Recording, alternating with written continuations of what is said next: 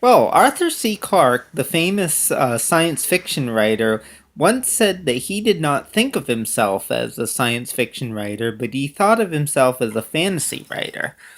Now, what's the difference between fantasy and science fiction?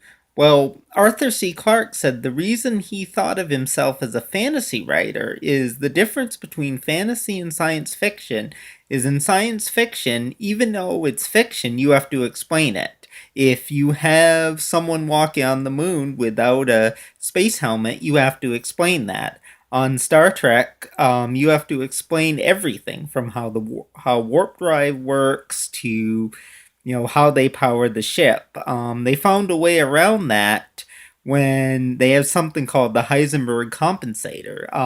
The Heisenberg uncertainty principle says that once you study something, you've changed it, and you can't predict where electrons will go ultimately. And the fact that you're looking at it, you've just changed it.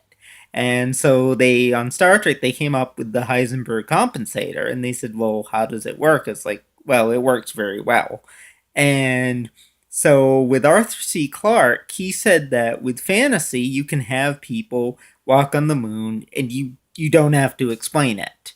And it's funny, a lot of what we think of sci-fi may be fantasy. I think mostly Star Trek would make science fiction. Star Wars more on the fantasy side, but I would say it teeters on the edge. I'd say that Star Wars can pass as science fiction. I'd say Babylon 5 definitely would go more towards the science fiction, but teeters and kind of zigs and zags with fantasy. I think Star Trek does as well, but this was quite a thing to me. I always thought of fantasy as dragons and evil mystics, and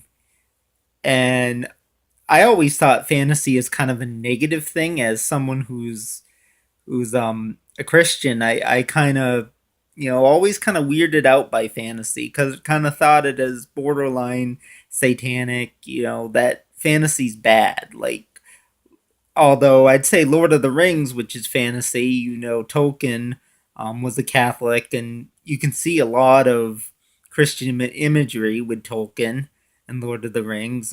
Certainly, C.S. Lewis could be a fantasy writer, and of course, he tried to um, incorporate Christian thought into it. And a lot of people have kind of said, it's an allegory, and C.S. Lewis kind of denied that.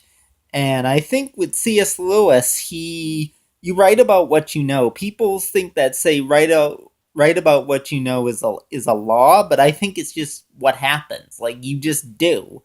People do write what they know, and so I think that was kind of the case with Lewis. Is he wrote what he knew, and especially with Tolkien, because Lord of the Rings, I was kind of hoping it was an allegory. I kind of wanted to say, okay, we can, you know, the fact that Tolkien and Lewis were friends, but it's really not.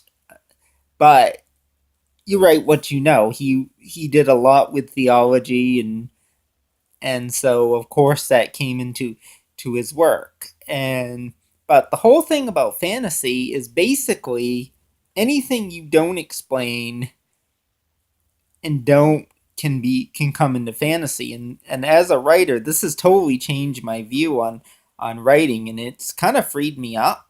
It's kind of made like sometimes I create like this fantasy country, which an English speaking country, and similar to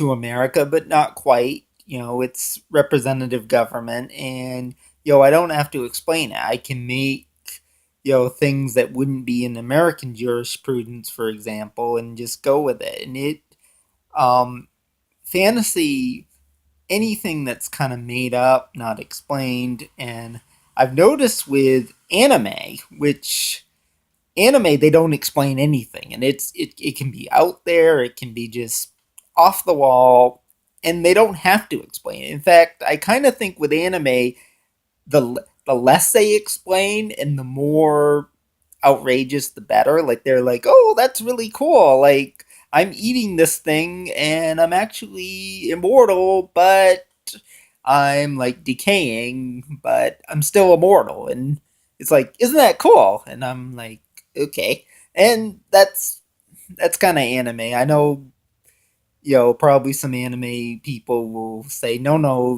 you're missing it," and probably I am. It's not really my thing, but um, and as writing, I mean, it covers a long range, and so and it's just, to me, as writing, I put one thing that's kind of fantasy element, and probably a lot of what I write isn't fantasy, but there's something that's just kind of thrown in there, and it's just a fascinating thing, and it's all because of this Arthur C. Clarke comment. And I don't know, I just find it fascinating.